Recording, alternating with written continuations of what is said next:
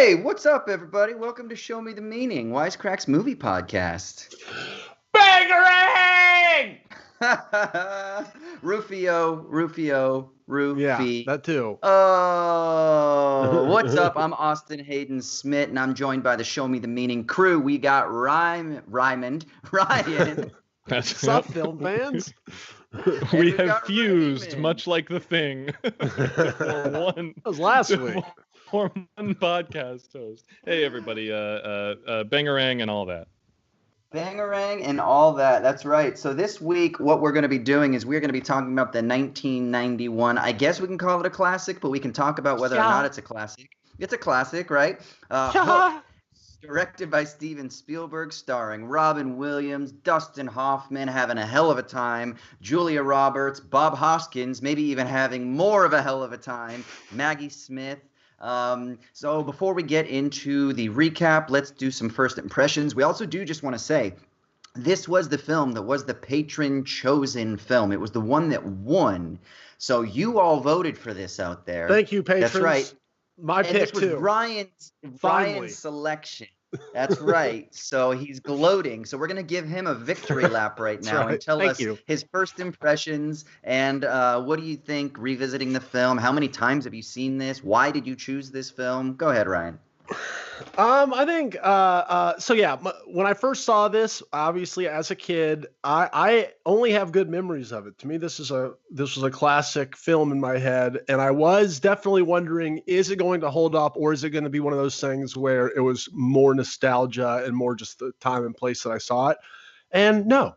The answer is it's a fucking classic movie that holds up. And I think I stand by it. It's probably one of the best kids movie I've ever seen. It just has the package, man. It has Steven Spielberg directing, Robin Williams' amazing performance, awesome side performances with Dustin Hoffman, Julia Roberts, Bob Hoskins, like you mentioned. I mean, everyone in it is awesome, and it just gives you the feels, which a kid movie should do, I feel like, or it's good when they do. But it also works for adults, and that's what the movie is fucking about, is kids and adults and growing up. And so I was pleasantly surprised that I'm not a kid anymore. I grew up just like Peter Pan did in the movie, and I still liked Hook.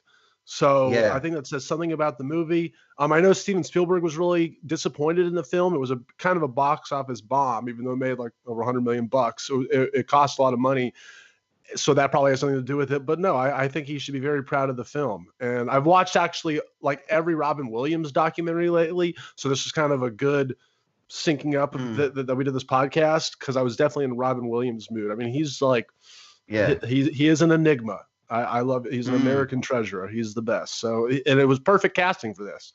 I mean, because he is the child in a giant adult body, also portrayed in Jack. Hey, real quick, what are the documentaries that you've been watching on Robin Williams? Well, there was Robin's Wish and Come Inside My Mind. Both are very good. They kind of tread over the same stuff, some of it, but they're both good to watch if you're a Robin Williams fan. Cool. Okay. Raymond, what do you think about Hook? I had seen this a couple of times as a kid. Hadn't watched it since. I don't really have the nostalgia bone.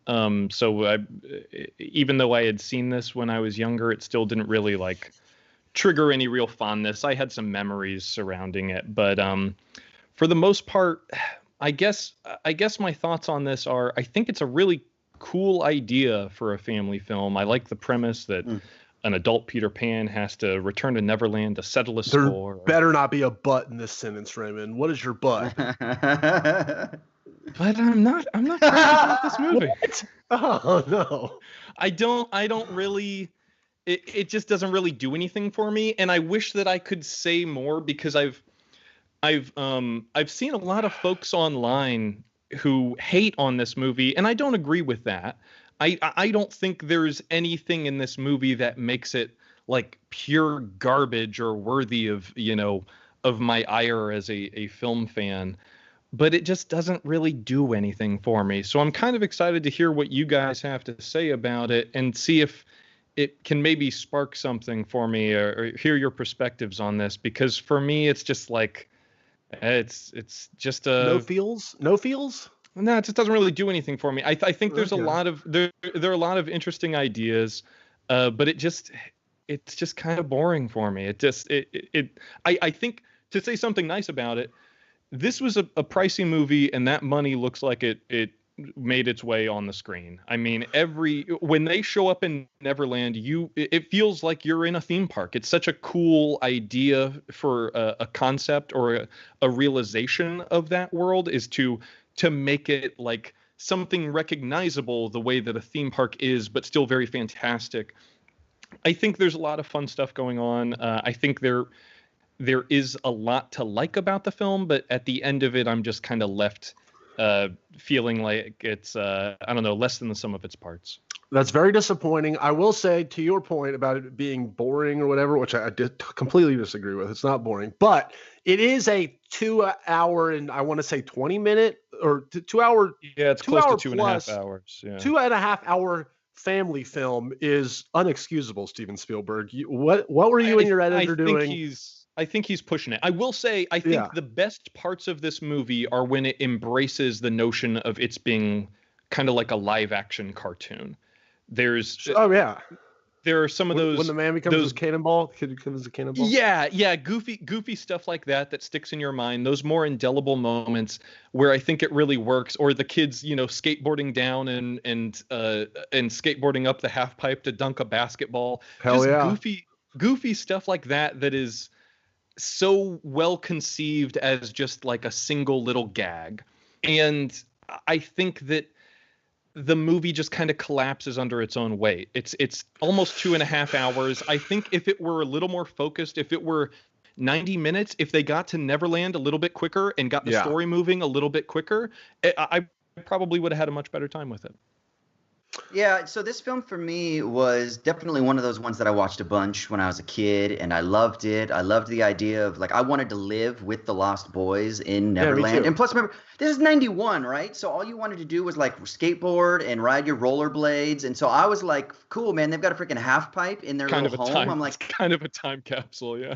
Yeah, so I'm like, that's all I want to do, is kind of hang out with my boys and skate and stuff like that. So I wanted to be one of the Lost Boys. So I definitely have the nostalgic attachment to this. I also when someone mentions Hook, I actually kind of forget that Robin Williams is in it for a second, because I immediately think of Dustin Hoffman and Bob Hoskins just constantly. I also forget that Julia Roberts is in it. Not that they're not good in what they're doing, but I think that those two, and that the pirate world and that the Lost Boys world, are really what this film is about to me. I love it. It is the theme park come to life, and it still holds up for me in that respect. I think the story itself is fun too. You've got this kind of like balance, if you will, or this challenge between the one side of pirates and adults, and then of course Peter Banning is like a real pirate in real life. He's a corporate pirate, right? Which is like what Wendy says. And then you've got youth and the beauty of youth and memory and things. So I think there's this really like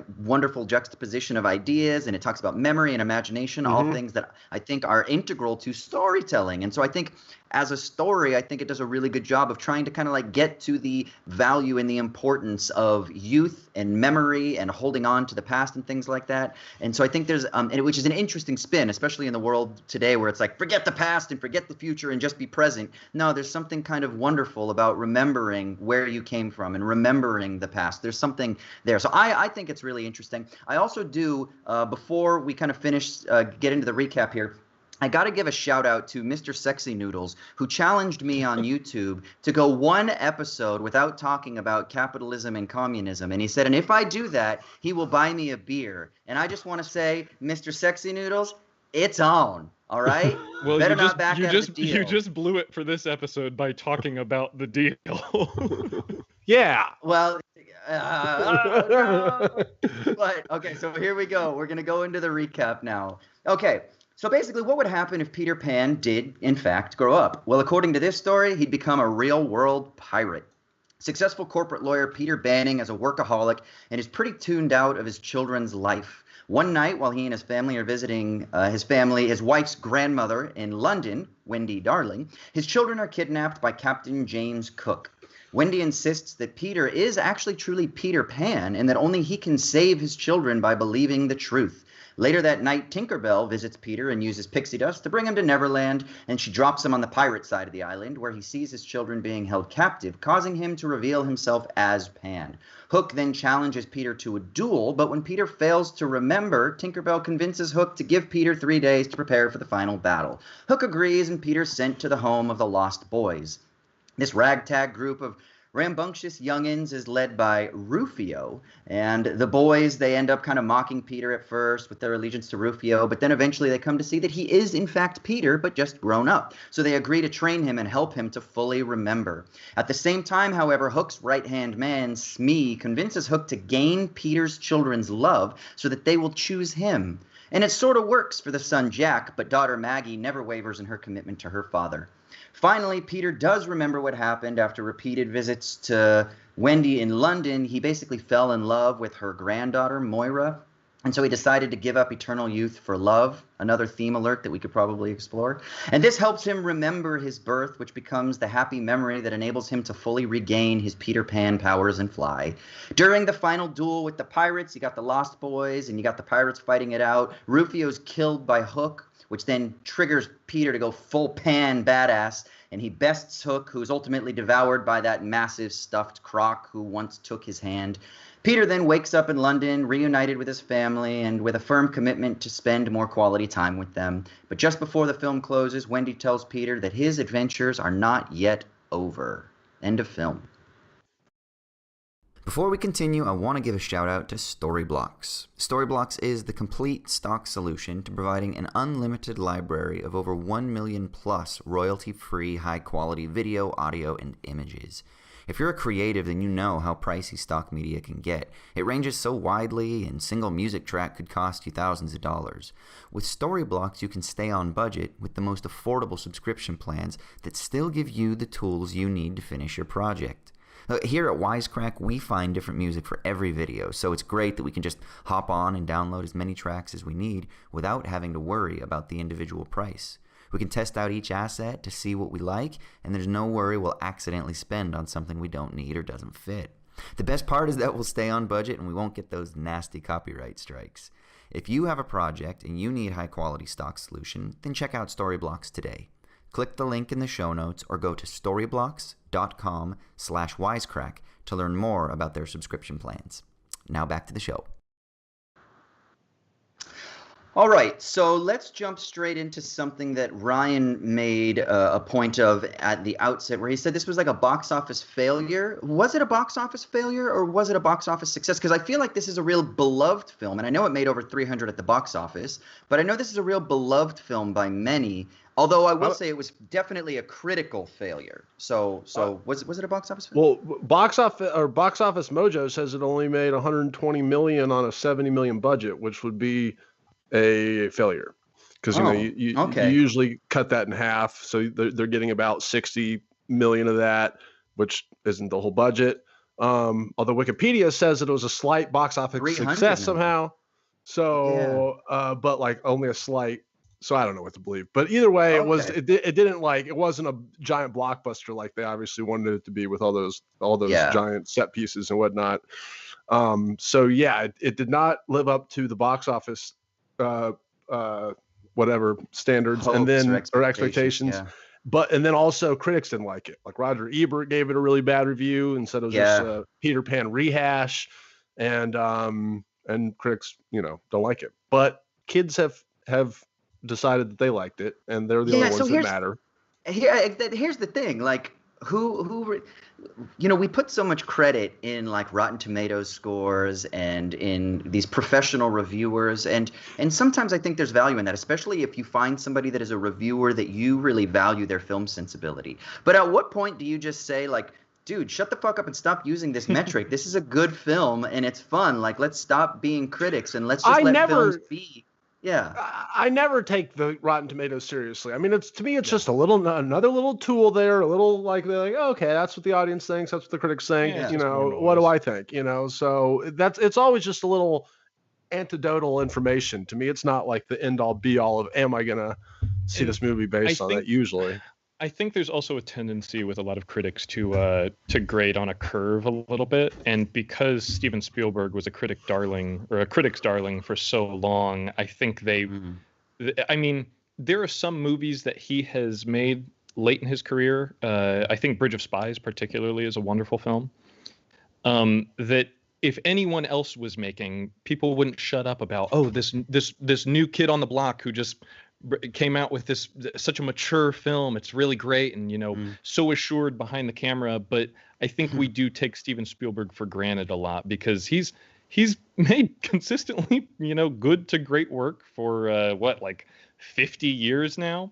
And I think I like all the late stuff too. I think it's all good. I think he's had a lot of really solid films throughout his career, but I think that Hook may have been a victim a little bit of that expectation versus reality. And that's the guy in the chat who's not a huge fan of this movie. I don't think it's worth savaging still. Mm-hmm. Yeah, so I did read a quote of his where he says that basically he never really had a firm grip on the script. He really liked the first act, but he didn't really know how to kind of execute the rest of it. And he said, and he covered over a lot of those insecurities and those uncertainties with production design. And so that's why you kind of just get this over-the-top, bombastic, artistic direction. But here's the thing for me. I actually find the production design and the artistic design to be my favorite part of the film. Yeah. It is a theme park come to life. And I feel like I'm on Tom Sawyer's Island at Disneyland when I'm watching this film. And it helps me, it puts me in the place of me running around in tree houses when I was a kid, or running around in the dirt and in the canyons and bike riding through streams and things. That's what it does for me. So I actually think that's the strength of this film. I think absolutely. That's one of those. Oh, go ahead, Ryan. Oh, I was just going to echo what you were saying, and I'm glad you brought up tree houses because I remember distinctly being a kid and being enthralled with tree houses. I wanted my own tree house so bad that I could hang out and make my own house with my friends. And then this is the ultimate version of that. This is if you had all the resources, wow, they made this and they're just kids living there. And that's the ultimate kid fantasy is no adults on a whole island. And I'm making this amazing, castle with my friends, with half pipes and basketball courts and stuff. Fuck yeah. This is the life. Lord of the Flies, but awesome. I think there may be something telling in that, though, that Spielberg feels most connected to that first act. One of the things that I like about a lot of Spielberg's work, especially his early stuff, I think of E.T. particularly as his greatest family film, at least in my estimation. And one of the things I like about E.T. so much is that he takes those kids and their emotions seriously. He doesn't look down on them. He never lets his camera look down on them. It is a movie that is as much about the inner child being expressed by a filmmaker as this movie should be, in a way, if that makes sense. And I kind of think there's a distance between Spielberg and that inner child with this film that, like you said, he ends up maybe connecting most with that first act because that's how he sees himself now, is more as the Peter Banning character. He has all of these responsibilities and stuff. And it's not necessarily to his discredit. People change, their perspectives change. But I think that may be telling that he felt like he kind of had to fake his way through the more childish aspects of it. Maybe he just didn't feel as connected to that inner child anymore. And maybe that's something that not necessarily saying that I'm watching this going, man, I just don't feel that classic Spielberg inner child right now. But one of those things that's so great about Spielberg's work, regardless of who his subject is or what age they are, is he's wonderful at capturing a sense of awe and a sense of wonder. It's that memeified Spielberg face where it's the camera kind of, zooming in on a face that's looking up at a horizon and just, like I said, sheer awe and wonder. And I don't think there's anything in this movie that really inspires that same feeling, at least not in me. Yeah. Well, see, that's why we're here to talk about it. Go ahead. I know. That's what I'm saying. Is that all this? It really surprises me that Spielberg doesn't like this movie. Maybe I think that maybe he let the reception absorb too much into it or something, or maybe he's honest and really doesn't like it. Because to me, I feel the total opposite of the middle of the film where they're hanging out with the kids. for one, all the kid actors are amazing, and you really feel like they're all solid characters and not one-dimensional. But like, I had the moment with the food fight at the beginning when they're all eating the fake food, and then all of a sudden Robin Williams, does when the food initially appears and flies in the guy's face, and they're all sitting there and they're having just the kind of push-ins that you're talking about on their faces, like, wow. And the John Williams music's playing, like, he made believe the food happened. I feel that, like, I'm like there in that, especially as a kid, and even today, I'm like, that moment was cool. And then I feel like that's sprinkled throughout. So I'm not saying that he doesn't. I'm not saying that he doesn't go for those notes. I'm not saying that he doesn't try to play those notes. I'm saying it just doesn't. It just doesn't work land for you right for as a jaded 30 grumpy old man, black-hearted. I think I'm being very generous. I'm just fucking with you. No, one example to that end is for example, when Robin Williams comes back and he's learned to fly again, and he cuts his way through the sail in order to like, float through he cuts the silhouette out of it. And when they pick up the cutout part of the silhouette, it's like, it's perfectly defined. It looks exactly like there's even hairs that are cut into it. It's so perfectly detailed. And I know that this is a fun, goofy, cartoonish movie, but it's one of those things that, like, for all of that build up, and then for Robin Williams to just kind of float forward, it just feels like there's something missing. It feels like he's going for that big moment, the bicycles in front of the moon. It feels like he's going for something big and iconic, which is something he's so great at doing throughout his career. And it just doesn't. It just never feels like it lands for me. It feels like I'm watching an imitation. Okay. Interesting. Different strokes for different folks.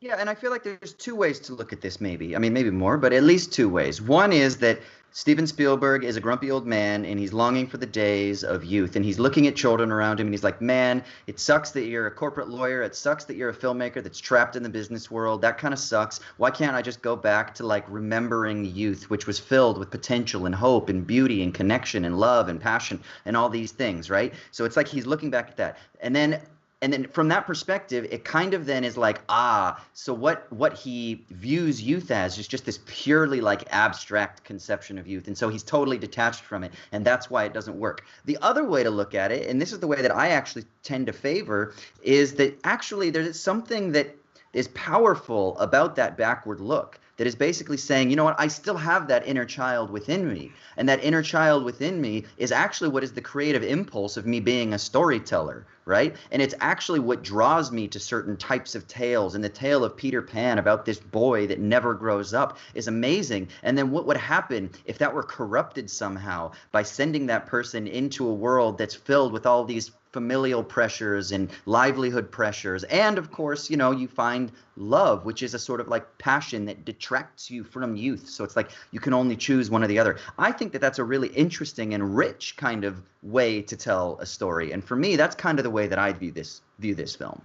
Yeah, I get that. It ends up kind of being like a Christmas Carol at the end, that he wakes up on the street and he's reinvigated and he's found that inner child again. And I understand that. He is in London, and it is Christmas time. I'm not objecting. I'm not objecting to the intent in any way. It's just all I'm trying to say is that it doesn't hit me. And I don't think it's my cynicism either, because every time I watch E.T., when Elliot is being shuffled out of the room by the faceless, feds, and E.T.'s heart light starts to glow again, but no one sees it, I get a little misty-eyed. I get goosebumps just thinking about it. Like, and that's the thing, is that he's so good at constructing those moments throughout the course of his filmography. And in this one, it kind of feels like someone going through the motions a little bit. And it sounds like, by Spielberg's own admission, there were some times where he maybe felt the same way.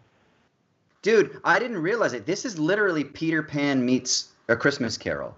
This is like what would happen Something if like that. Peter Pan were Scrooge? Yeah, and what he does is he goes back to the past. He doesn't really have, the ghost of the present and the ghost of the future, but he does have the ghost of the past, right? Tinkerbell is that ghost of the past that brings him to the past, and he's able to kind of like go back there and remember. His Jacob Marley, yeah, exactly. And his happy memory is like birth and life and being human. Like that's the happy memory that is also, I think, really lovely, right? It's not like, oh, the time that I won the game or something like that. It's a very sort of just like simple, like I was born and I had a mother and I am like earthly. So there's also something kind of amazing about that I think is really kind of celebratory and wonderful. And yeah, it is a Christmas Carol story.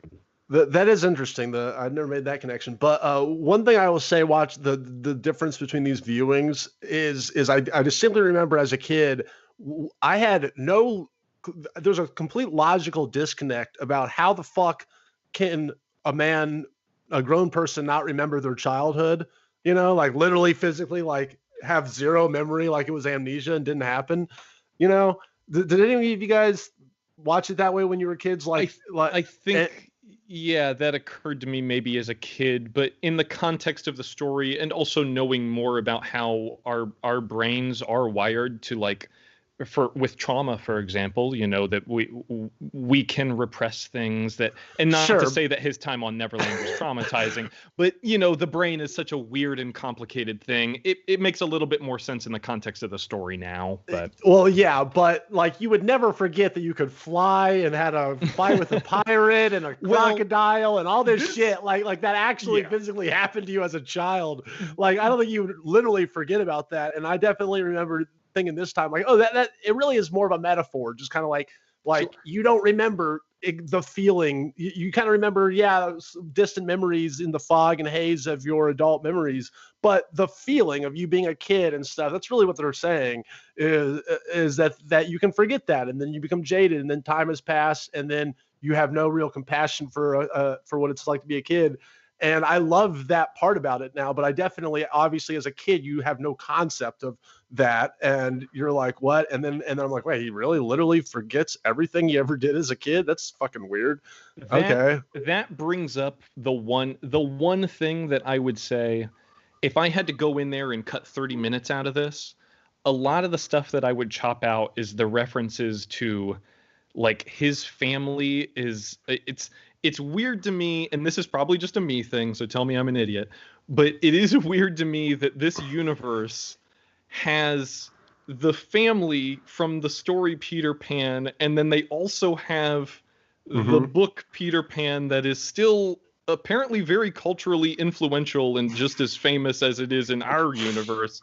And everyone is like, yeah, my grandma's the lady from the Peter Pan book, but they never seem to have really drilled down on that in the past 40 years, because otherwise they probably would have recovered Robin Williams' memories sooner. Like, it's weird to me that this book is so popular to the point that, like, they're doing the play at school. The play version, then when she sees her grandma, she's like, oh yeah, I played the role that's based on your life. But none of them actually scrutinize the implications of that in any way, shape, or form. The answer is just don't think about it. I always thought that they never took her seriously, right? Like, this was just a tale that she told. Like, it wasn't a true story. It was a sort of like fictional biographical account, and she was a wonderful storyteller, and that she exaggerated and used hyperbole and stuff like that. And so then I wonder, is there a way that we could even read all the Neverland stuff as being just a dream? Or do you think it leans into the realism pretty heavily? During this watch, I kept thinking they should cut to Robin Williams at the end, having fallen out of the big open window that he kept telling Jack to keep closed, and like this whole movie is just the final DMT hit while his brain leaks out of his ears. And watching it, Jesus, that's the dark version. Well, no, I know, but that is essentially like the Christmas Carol aspect of it. When you come away from it, it's like, well, did it really happen, or was this just a dream that he needed to, reignite that fire within? Or the Wizard of Oz thing where you were there and you were there and you were there and I'll never leave Kansas again. Like, there is that aspect or that energy to it. Obviously, I don't think that's what Steven Spielberg was going for, but he does. I mean, a few people in the chat have pointed out he wakes up in the street surrounded by like empty alcohol bottles, and there's a guy. And Smee, and Bob Hoskins is sweeping, and he goes, "Hey, you might want to like get inside before you die," or like whatever he says. And it does have that Wizard of Oz vibe that like, this could have 100% just been he went off on a bender because he fucking hates his wife and kids so much. You found my marbles. I did find the marbles. Lovely. What is it? Tittles? Tuttles? Toodles? Toodles? Okay, so before we keep going, I got to give a shout out to our another sponsor, which is Skillshare. Skillshare is pretty freaking awesome, guys.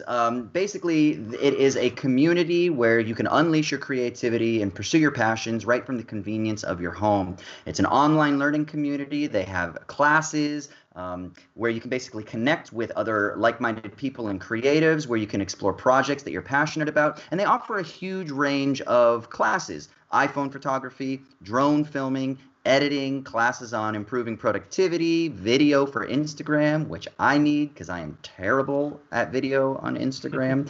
They have a new one called Artivism that is about like using art for social purposes and for change. And so if you want to explore your creativity and connect with some cool people along the way, make sure you go to SMTM. Let's do that again, just so we're clear on this. It's Skillshare.com/SMTM, as in show me the meaning. So that's Skillshare.com/SMTM, and you'll get a free trial of their premium membership. So go to Skillshare.com/SMTM or click the link in the show notes below. All right. Let's keep talking about Hook here. So we've talked a little bit about like children. We've talked about nostalgia. We've talked about youth, all these other things. Let's talk about the performances. What do y'all think about Dustin Hoffman, about Bob Hoskins? I mean, they're just going full ham here. I think right? those like, two this are is having like a hell of a time. Yeah. Yeah. Do you what have do we think about they're having a great time. What's that, Ryan? About all the performances or just those two? Let's start with those two. I think those two are front of the pack. I think that they Bob Hoskins especially is just bouncing off the walls. Dustin Hoffman doing like a literal mustache twirling bit as the villain in this. Yes. And he is not the person that you would think when you're casting Captain Hook, who I want a real devious sort in there. I mean, Dustin Hoffman, by all accounts, is kind of a crummy person, but at this time, and his persona as an on-screen star does not immediately scream Captain Hook, but I think he does a great job. Robin Williams, he plays it, especially after watching these docs, like I've been telling you about. You would kind of expect him to play it, even when he gets to Peter Pan. Like a little bit more sillier at some point, but he doesn't do the Robin Williams thing. Yeah, he doesn't do his normal shtick. It's like he has to be the opposite, which is kind of counterintuitive for a Peter Pan movie. But he's playing a grown-up, you know. It is kind of weird to see him on, like, so firmly on the leash in such a fantastic environment, because you'd think that there would be at least a few scenes where Steven Spielberg just sort of let him loose to do his ad-libbing, his voices, his right. His if you told me you were going to make a two-hander and it was going to star Dustin Hoffman and Robin Williams, and one of them was going to be the straight man and one of them was going to be the non-straight man, tell me who do you think would play what role, right? But that's absolutely not the way it is here, right? There's just so much kind of chaotic energy that Dustin Hoffman is using, and it kind of, I think it forces, like, I'm sure it was an intentional choice, but it forces Robin Williams to be on that leash. So that's probably just good direction on the part of Spielberg, and maybe character choice from Williams as well. I would have loved to have been there for all the kids they had to whittle down, because he's just so good at casting fucking kids, man. Like, it's such a good ensemble of those Lost Boys, and I think that they fucking from what I read or somewhere online, like, I think it was it's always a hassle to direct kids, you know, but like a bunch of them that are apparently it was pretty rowdy on set, and he had a hard time wrangling them, and it took him fucking forever, and they went like 40 days over over budget Well, or can over you schedule imagine or too, whatever. not just having to direct, 20 or 30 kids who are all having the time of their life on a film set, but having the time of their life on this film set that is designed to be a playground, that is designed to be a theme park, a fantasy. They have a literal baseball diamond like on their back lot for this. Like I mean, this is. I remember reading about Willy Wonka and the Chocolate Factory, and when the kids first go into the inventing room in that movie is literally the first time that any of that cast had seen that set, and and literally I think close to half of that set was actually edible. There was a lot of stuff in there that those kids could just immediately like grab a handful of and shovel into their face, and they said that it was just like. It was like walking into a dreamland, and I imagine that would be kind of similar to this. But when we're talking about casting, I don't know if you guys know this, but Michael Jackson coveted this role. He was Peter Pan. Of Peter Pan or Peter Banning or Panning or whatever his name is at the beginning. He was good friends with Spielberg at the time, and he lobbied hard for this role, and was so upset with Spielberg for not casting him that he is reported to have hired a witch doctor to cast a spell on Steven Spielberg to kill him years after this came out. That cannot be a real thing. There is reporting on this. I don't know if it actually happened. Look it up. But he is alleged to have spent like $150,000 to get a witch doctor to cast a spell on 25 different people, Spielberg included, because he was not cast in Hook. What a dick! His dream role of Peter Pan. But I guess the thing that Spielberg told him to like throw him off the project set was he basically said, "Oh, this isn't a Peter Pan that you would want to play. He's like a boring old lawyer. That's not going to be interesting to you." Okay. But I mean, could you imagine just think Michael Jackson playing Peter Pan? Fucking insane that would be. Very insane. It's just, definitely not my. I think I doubt that Ryan would have the same feelings about this film as he does, and I would be a lot less generous in my criticism of it if he were. Would give it a very different vibe. Yeah. But yeah, honestly, when I think about why all the reasons I like this movie, it really isn't Robin Williams' performance, even though I it's kind of the stuff that you said. It's the production value, it's the Lost Boys, it's Rufio, it's all that shit. And he does kind of give a muted performance. It's he's from Juilliard, right? So he's a very serious, professionally trained actor. Yeah, and it's funny because you can kind of go down his filmography and really put him in categories on what is he going insane, Mork and Mindy style, like that's like Aladdin and Jack and all that shit, Mrs. Doubtfire. But then there's his Good Will Hunting and his serious shit, his one hour photo and whatever. Insomnia. Have you seen World's Greatest Dad? I love that movie. Yeah, that's definitely in the second category. That's definitely in the second category. And I kind of put his performance in this, oddly enough, a kid's movie, in the second category of like playing a serious role. And then it just, but it just so happens, that he kind of, that's part of the theme of the film, is that it's him growing out of that, but he never really goes full Mork and Mindy like we were saying before. If you had to swap out one of the main characters in this, either Hook or Peter, is there anyone you think of from that era who really could have knocked it out of the park for you, Ryan? Who could have taken this movie from great to perfect? I think everyone's perfectly cast. Everyone's pretty good. I don't think there's anyone I would. I guess I only from sheer curiosity I want to see that Michael Jackson cut. But that's about it. Well, you brought up Rufio, and I'm curious how you feel about. I feel like Rufio was done dirty in this picture.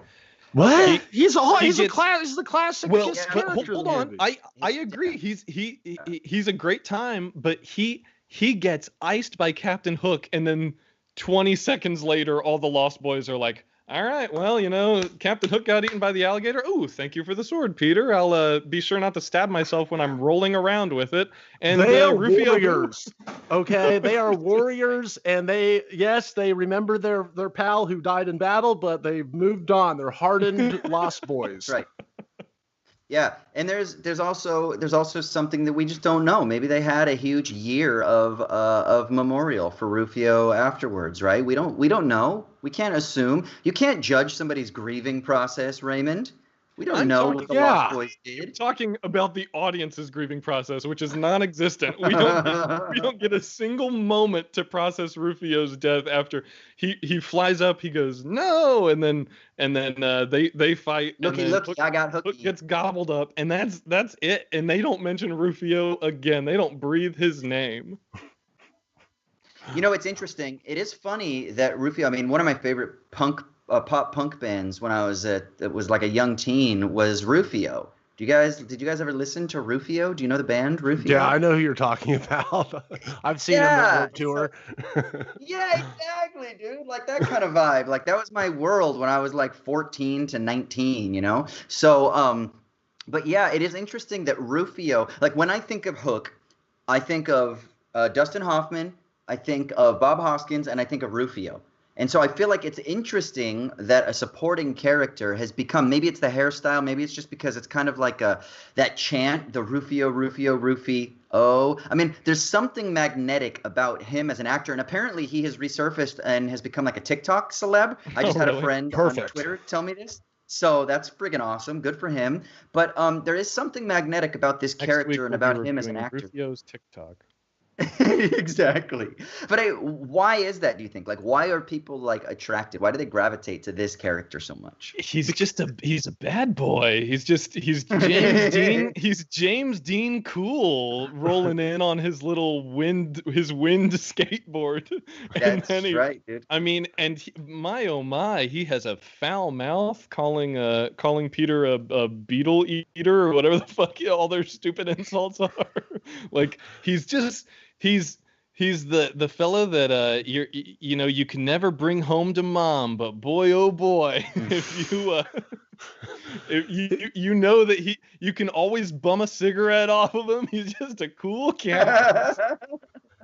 How come he's like 27 and the rest of the Lost Boys are like 12? No. Well, that's the thing. Was he that old? I'm curious how old he no. was. No, he's like the guy. He's like 15.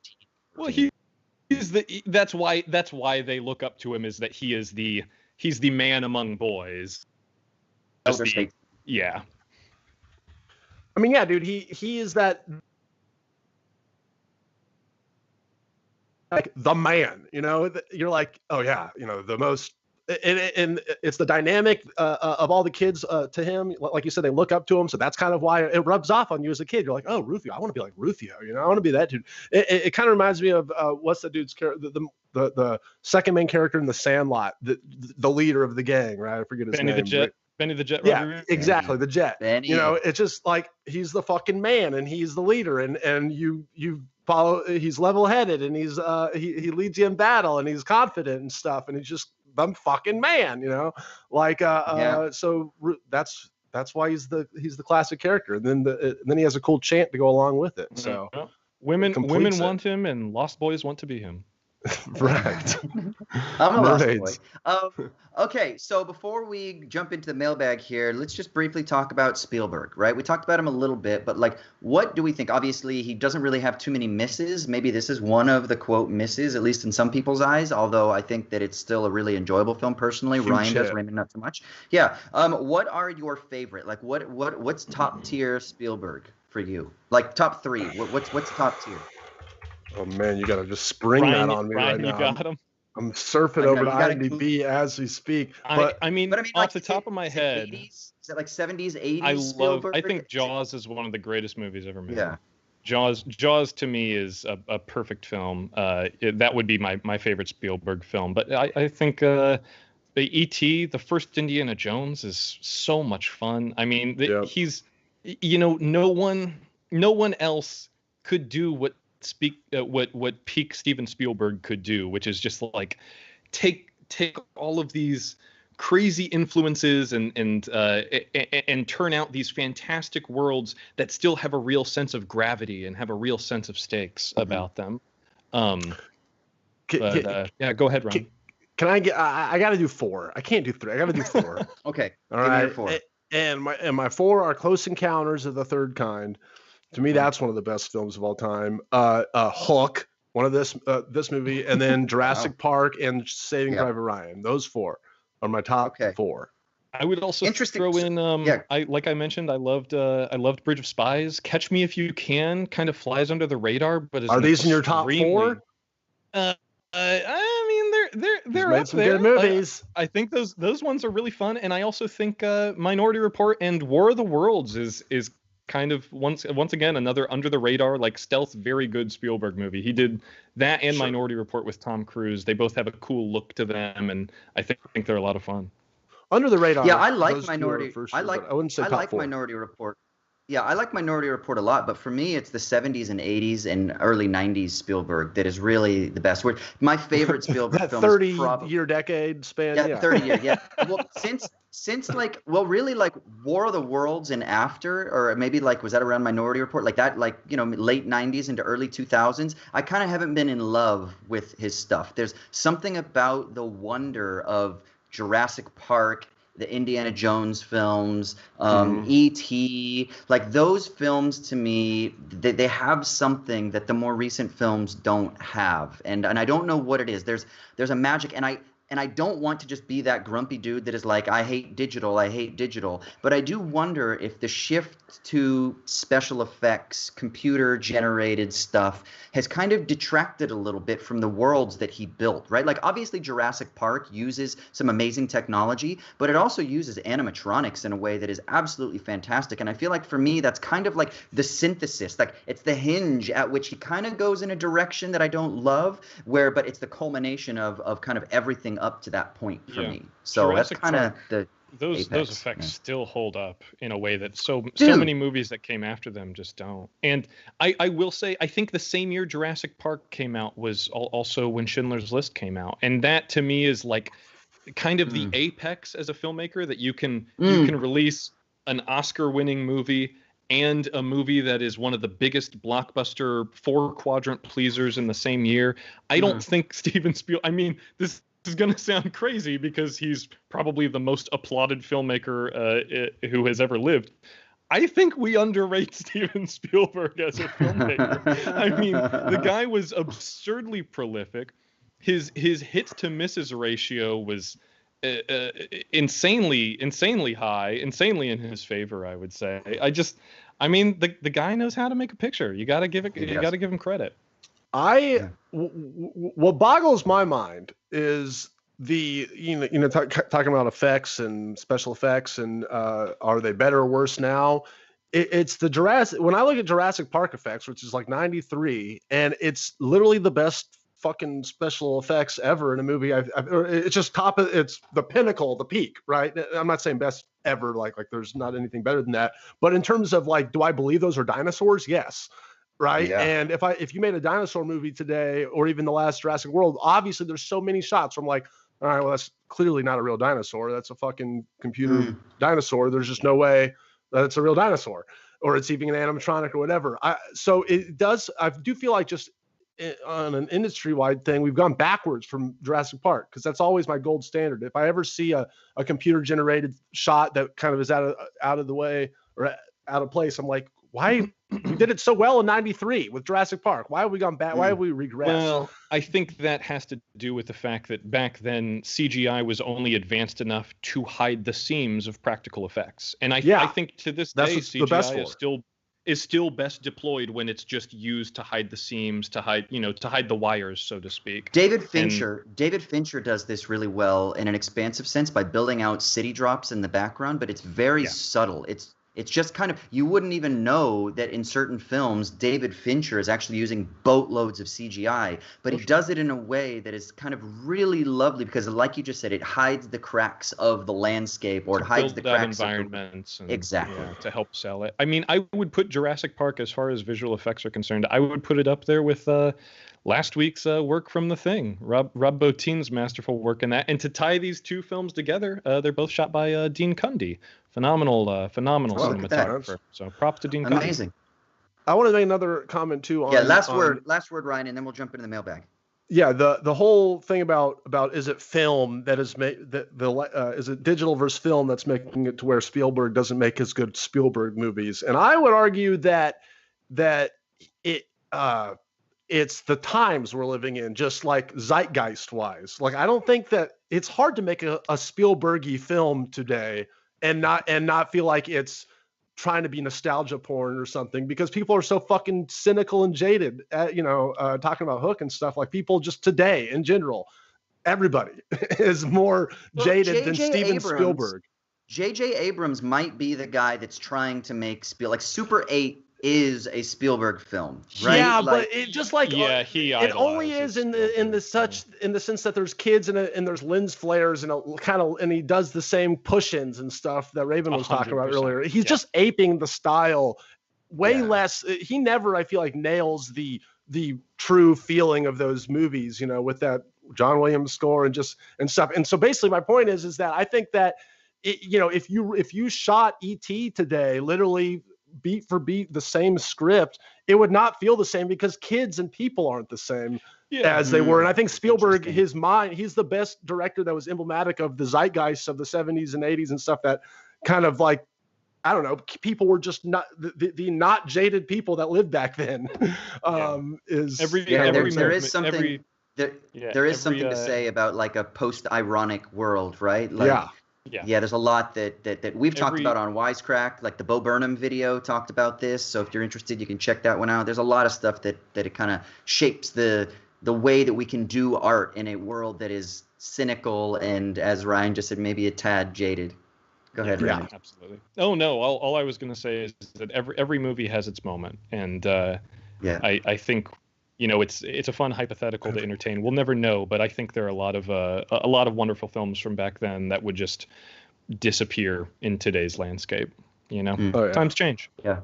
All right, so now let's jump into the mailbag. So for those of you out there that are listening, those of you in the chat, those of you that are listening on the podcast as this has been released afterwards, remember that you can call us in and you can give us suggestions. You can give us your hot takes on the film. You can agree or disagree with us. Please do. We love to hear from you. The number to call in is 1-213-534-8807. That's 1-213-534-8807. You can leave us a little voicemail. So first we're going to start off with Michael, who has some thoughts on The Thing. Go ahead, Michael. Hey, Wisecrack guys and folks and people. This is Michael from Rhode Island calling. Love the show. I think, Austin, you're doing a great job moderating. Wanted to bring up something with The Thing. I know that the idea that perhaps The Thing could be a metaphor for AIDS was brought up, but I believe I read some criticism back in college when I was taking a sci-fi film studies course about the film, is that one of the parallels was drawn with cancer, that the thing attacked you at the cellular level, much like cancer does. Cancer replaces healthy cells and does terrible things to the body. That's kind of what the thing does. It infects and replaces human cells with alien cells, causing all sorts of problems. So wanted to see what you all thought about that possible interpretation. Keep up the good work. Thank you for all the great content, and stay safe. Thanks so much, Michael. Yeah, this is interesting. You know what it just triggered in my mind is the film Annihilation, that similarly has great double feature with The Thing. Yeah, it's about life being exponentially increasing rather than an infection destroying life, which is a very good point, Michael. Yeah, what do you guys think? Kind of like what I said on the podcast, there's lots of this movie is ripe for you to kind of say what a one-to-one The Thing is supposed to mean. It would be weird to me if John Carpenter came out and said, oh yeah, The Thing is about cancer. Like, right. I don't know. Like, I get what he's saying though. It does attack you like a cancer, but I don't know if it's a metaphor for cancer. Even the simulation kind of feels that the way that it absorbs cells and starts to replicate on its own. So it is. I guess, literally, it is a cancer in insofar as how it acts. But I think, moreover, the cool thing that we kind of touched on about The Thing last week was that it can, like we mentioned, The Thing is not any one thing. It literally could just be this virus, and that is the extent to which life exists on whatever planet the thing came from. And I really, really like that. I like that it is this unseeable, unknowable threat that may not even know that it's affecting you. Is, you know, like when they do the blood test and there's just a natural reaction for it to defend itself and jump out of the little petri dish. Is like, I don't think the thing is even aware of those guys in there. It's just looking for new cells to assimilate. Awesome. Yeah. All right. So now we're going to jump into an email for the last thing that we're going to talk about in the mailbag. You can, if you don't want to call us, or if you can't call us for whatever reason, you can also email us at movies@wisecrack.co. That's movies@wisecrack.co. This is an email from Marlin. It's on The Thing, and Director Deep Dive Suggestion was the title. So it's, hey, Wisecrack, I listened to your recent SMTM on The Thing and loved the takes. I had only seen it for the first time a few weeks ago when the country froze over, and really loved how it made my skin crawl. I loved the point about the film being almost meta-symbolic, I don't know if that's a word, about paranoia and otherness being a part of the human condition. In school, I thought a lot of the time the analysis could focus too much on specific allegory or symbolism, and I really enjoyed all the viewpoints that could be projected onto the titular thing in a way that made the movie feel so much larger than a standard X equals Y narrative, kind of like what Ryan was just saying, maybe. So thank you so much for that. I'm going to go watch the movie 12 more times. We definitely recommend that, by the way, Marlon. Also, he says, you asked for a director deep dive, and he said he has an odd suggestion. Roland Emmerich is his suggestion. Okay. And he says, I love him. And he says, here's why. His movies blast. often display similar motifs that are highly relevant to modern times, including listening to science, patriotism versus nationalism, The world's going to end. Yeah, he has a pretty broad body of work that was popular at the box office, and Godzilla vs. Kong is coming out soon, and it would be a good time to get into what works and what doesn't in potentially bad kaiju flicks. So real quick, just so you know, because we know that there is kind of like this monster theme that is in the air right now, we're actually going to be doing Pacific Rim in 2 weeks' time. So we'll be talking about Pacific Rim in 2 weeks' time, but maybe that'll open us up to then maybe doing another director deep dive, and we could talk about Godzilla vs. Kong and various other things. So that is going to be coming up in the future. What do y'all think about Roland Emmerich? I love the dude, man. I think it's an art to figure out how to destroy the world in different cool ways. I'm a big fan of the genre of the world ending and stuff. I think it's fun. So I think he's a master at it. Although I definitely think that Independence Day, once again, I look at Independence Day at the effects, and there was a lot of computer CGI effects in that, but it looks great. It works. And then I look at his later work, Roland Emmerich's later films in 2012 or Ice Age or whatever, or not Ice Age, whatever, the 10,000 BC. And it's like so CGI heavy to the point of cartoon ridiculousness that I'm like, Yeah. He obviously loves that shit, but I think he goes overboard. I wish he could somehow revert to his 97 filmmaking style with ID4. I think Independence Day is a hell of a good time, and that is another movie that just feels of its era. You know, I lament this often, that the only big action movies we get anymore, the only big sci-fi movies we get anymore are just superheroes. Like unless once again Christopher Nolan kind of has a blank check to do what he wants over there at Warner Brothers. Maybe not so much anymore after bagging on HBO Max the way that he did. But we never get those big budget science fiction movies anymore, and I think that's a real shame, because Independence Day was one of those that, like, you could not escape when that came out. From the Super Bowl commercial clear through to summer, when like people were going crazy for that movie. I think I went and saw that 2 or 3 times with my parents. I mean, dude, yeah, that I will never forget watching that. I mean, I literally saw it on 4th of July weekend, whenever that was, 96 or something. Such a great sense of scale in that movie, and like once again, it inspires awe. Yeah, and it's also a well-made story and you know, a fun, crowd-pleasing piece of entertainment, right? Is what I would say. Like when you watch that movie, you're like, wow, that was a fucking movie. And that rarely happens these days. Yeah, maybe what we'll do is we'll do a patron poll where we just have like Roland Emmerich, Roland Emmerich, Roland Emmerich, Roland Emmerich, and Roland Emmerich, and maybe we just do. I don't know. Let us know. Well, okay, look, I love the guy, but there really are only a few cream of the crop of his filmography. Okay, of his disaster porn. Stargate. Maybe we can do a one-off. Maybe we'll do a one-off of Emmerich at some point, not do a retrospective, but who knows? So that's right. You can email us, movies@wisecrack.co. That's movies@wisecrack.co. Give us your thoughts on the films that we discuss. Send us your movie suggestions. Again, call us at 1213-534-8807. We got to get out of here. Where can people find you on the internet, Raymond? You can find me on Twitter and Letterboxd. I'm at Crematoria, CREAMATORIA. And Ryan?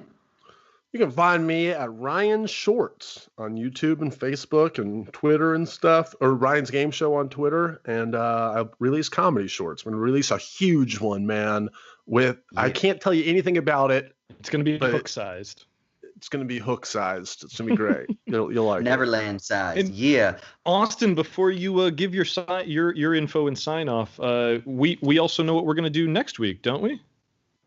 Yeah, I think we're going to be talking about the Wes Anderson film Fantastic Mr. Fox. Is that correct? Oh, cool.